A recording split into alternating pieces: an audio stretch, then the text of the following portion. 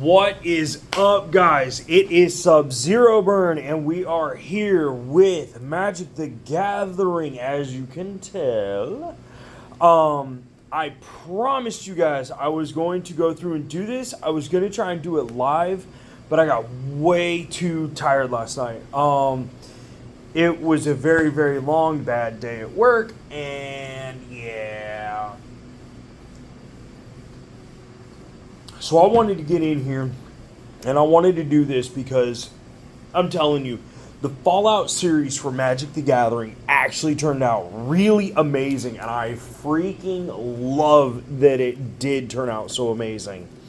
So what I have here, this is the full Commander deck, of course, because, well, I've never really dismantled my Commander decks. This one right here is one of my favorites. This is what I originally saw that, like I said, it brought me flying back into Magic because of this card right here, Dogmeat. When I saw that, I went nuts because like I said, I love Fallout. I love the Fallout series. And the fact that Dogmeat was one of the commanders made me... I'm not kidding, dude. I lost my mind when I saw this. And I know it sounds really stupid, but let's check this out here. When Dogmeat enters the battlefield, mill 5 cards, then return an aura or equipment card from your graveyard to your hand. Whenever a creature you control that's enchanted with an equipment attack with, oh my gosh, that's enchanted or equipped attacks, create a junk token, which after you sacrifice that, you exile the top card of your library. You may play that card this turn. Activate only as a sorcery, so you can only do it like once for that one junk token. But that actually helps you play your card deck faster. Commander, they've started doing it to where basically half of your deck is just about going to be worthless. You've expect to mill out or get rid of about half of your deck because that Commander seems to have gone more towards graveyard control, which is really, really cool and amazing. Some of the cards that you will find in here, like this guy, Preston, he actually is the secondary for Dogmeat.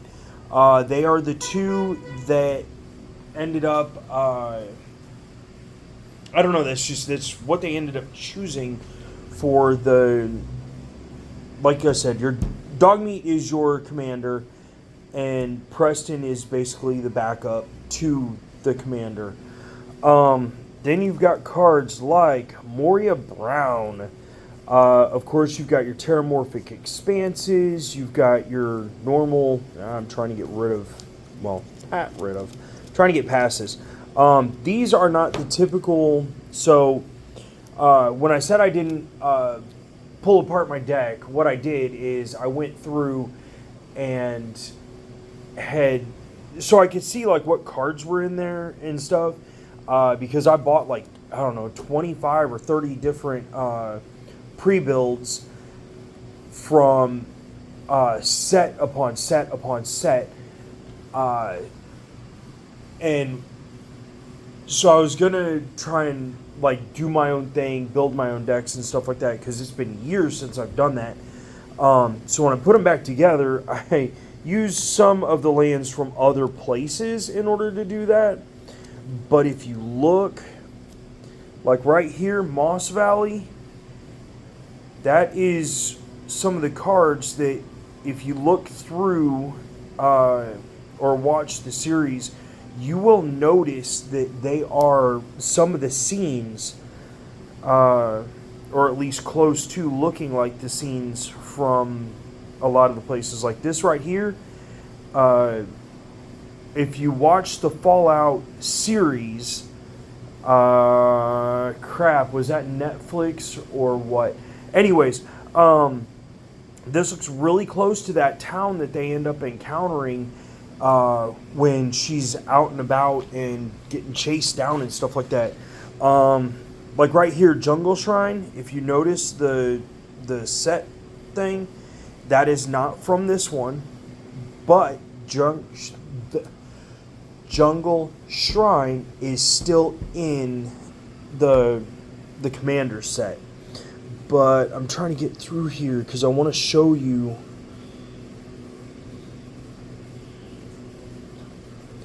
Oh, come on. Where are they? No, I've already passed them, apparently. Because... Come on. See, like, they even got the general store. Like, that almost looks identical to the general store when she goes in order to find the... she ends up finding that lady that's there. That's one of the underground places. Like, it's really, really amazing. Darn it. I thought there were specific ones for this. I'm going to have to do some looking. Because I can just about guarantee. Anyways, what ends up happening...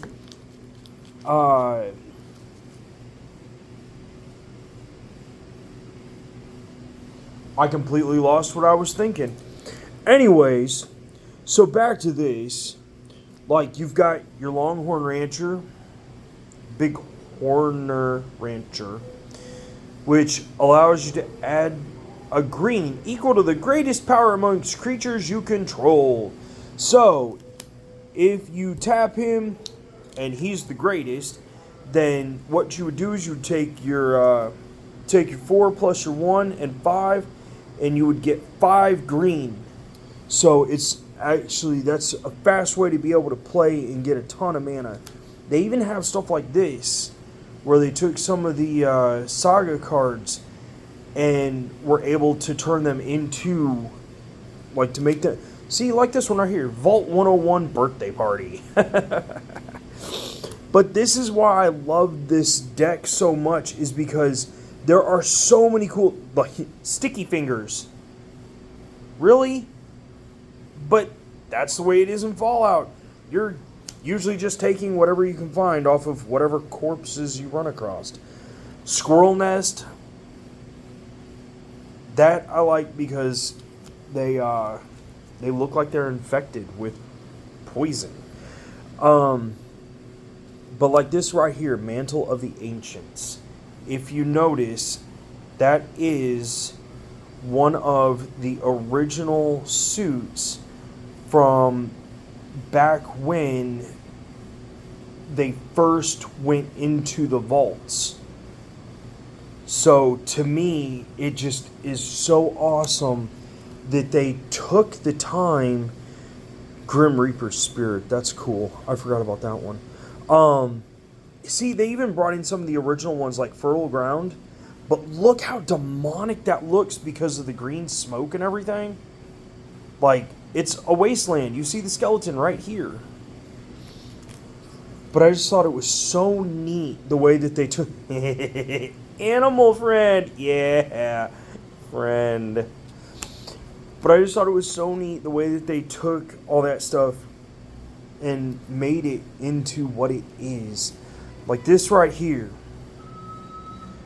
Almost perfect. That right there is, like I said, if you watched the Fallout series, you notice that this is kind of like that armor, the Brotherhood, I think it's called. That's almost like the armor that he wears. Enchanted creature has haste, power and toughness equal 9 and 10, and is indestructible. You can't tell me that wouldn't be super awesome really fast. One problem with that, though, and it would be solved fairly easily, because your commander, whatever your commander is, you are allowed to use cards of this color variety. So you can use red, green, and yellow. I think one of the things would be something that would allow your creatures to have haste. Because if you turn your creature into a 9/10, you're definitely going to want something there to be able to run it into haste. But then you got stuff like this right here, all that glitters. Check out the Nuka-Cola. Like, all them caps everywhere. And if I remember right, in Fallout... Oh, get real. Why can't I think of it now? Is that even Fallout that I'm thinking of? Anyways, this dude, I believe, is one of the bosses that you got to fight in Fallout. And the fact that he's just tossing around coins, yeah, that's just funny to me. I love it. And then you got stuff like this. Like, right there's the Pit Boy. But then you got the hand running through his stomach with 6 arms. But it's just so many amazing cards through this entire series. Like that right there. Path to Exile. But if you notice, this is a picture of the Brotherhood helmet. And right there is him walking up to it. Even though in the series, like the Netflix series or whatever, it shows that he actually killed him. Which, yeah, that was nuts. But then you've got, like, this right here. This is what kind of makes me wonder about a few different things. Because if I'm right, this is the Ghoul. The Ghoul was the guy that originally was the spokesman for Vault Tech in order to get them all to get into the vaults or buy into the vault programs, because his wife was such a high up person at Vault Tech.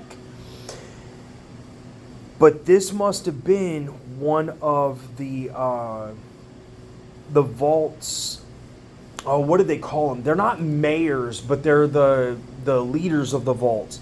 So I'm assuming that he must have been protecting him for some kind of reason, but I don't know what it is. So there are questions that these decks have been bringing to mind to me.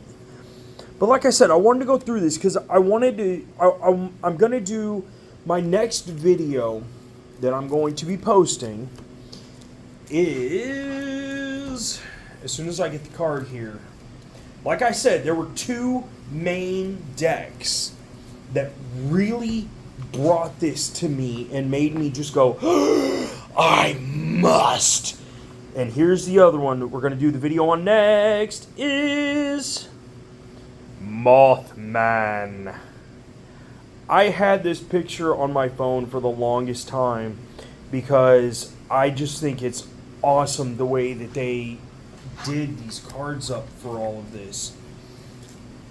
But like I said, there's so many questions some of this brings up and makes me like re-look at and remember different parts about the game and stuff. Like you've got Breakdown, which it just shows him like falling apart, which is kind of crazy. You got old style roller skates. Like when I say old style roller skates, I mean literally they're the skates that I used to run on before I had gotten rollerblades were these style right here kind of, except for these look more childish because it looks like the strap just goes over your foot. Either way, it still works. Sol Ring. I was very happy, very happy to see this come into the decks. If I remember right, because I had bought all 4. Like I said, when I bought these decks, I bought them by the series. So having all 4 of these, I want to say that each deck has a Sol Ring in it, which is just so cool because I really love the fact that it's got. Anytime I see bottle caps like this, and then you also look at the I want to say that that is like nuclear, like actually nuclear, not just the normal Nuka-Cola. But look how it glows blue. I love it. Absolutely love it. Oh, let's see. What other card? Yeah. Well rested.